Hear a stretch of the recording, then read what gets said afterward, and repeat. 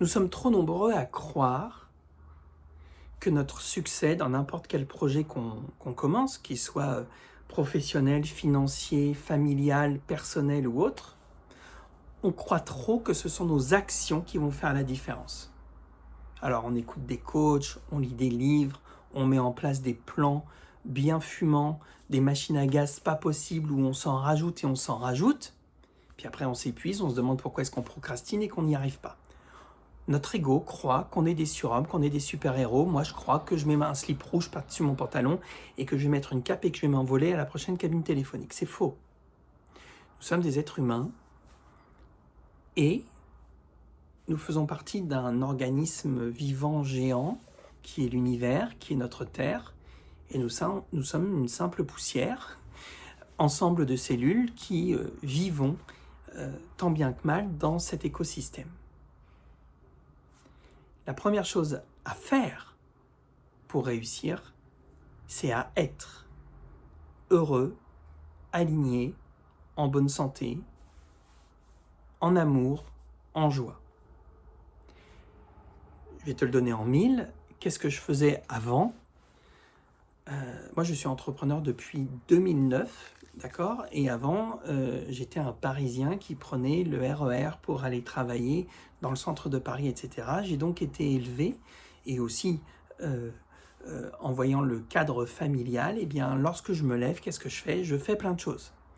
Et c'est ce que je fais de concret qui va montrer ma valeur.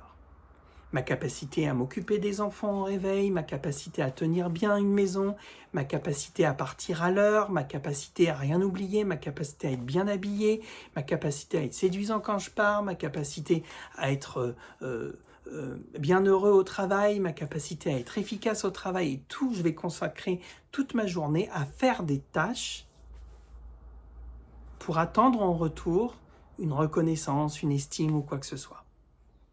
C'est une grossière erreur. Et je m'en suis rendu compte au fur et à mesure des années avec la procrastination, le manque de motivation et aussi mon dos qui me rappelait souvent que j'en avais plein le dos de faire ça.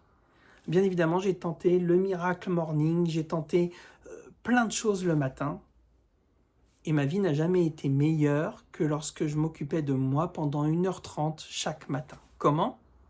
Premièrement, en étant conscient de mon réveil. Ensuite, en méditant.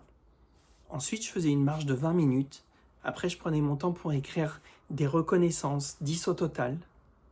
Et j'écrivais mes intentions de la journée. Tout était focus sur mon être. Tout était focus sur comment je me sentais, sur aligner ma respiration, réveiller mon corps, me connecter à la nature, contempler les oiseaux, le lac, les feuilles qui sont dans les arbres. Dire merci. Une fois que mon être était aligné comme un violon, un piano, une guitare accordée, alors mes actions devenaient joyeuses, mes actions devenaient justes et avec sens, comme lorsqu'on joue un piano accordé. Alors en plus, si j'ai la technique, eh bien je vais rapidement faire ça le comble et avoir une valeur en retour. Il est essentiel que tu commences par faire pour être. Être en bonne santé, le sommeil, la nourriture, être serein, la nature, être positif, les gratitudes, les affirmations positives, le yoga, la méditation, la lecture. Il est essentiel que tu préserves ce cercle intérieur qui est ton être, ton essence, pour qu'elle puisse ensuite se diffuser, se répandre et que tu puisses inspirer autour de toi. Alors en plus, si tu gères tes émotions en gérant ton extérieur, je t'invite à regarder la vidéo numéro 2 à ce sujet où je détaille bien tout cela, alors tu vas partir du meilleur pied. Et si chaque matin tu pars du meilleur pied pour réaliser ton seul objectif de la journée, ça c'est la vidéo 1, eh bien alors tu atteindras des résultats beaucoup plus rapidement. Et ces résultats que tu vas atteindre, vont renforcer ta croyance que tu es capable, donc ta confiance, donc ton estime. Et alors, à ton tour, tu pourras justement conseiller les autres ou inspirer les autres sur comment mener une vie heureuse en amour.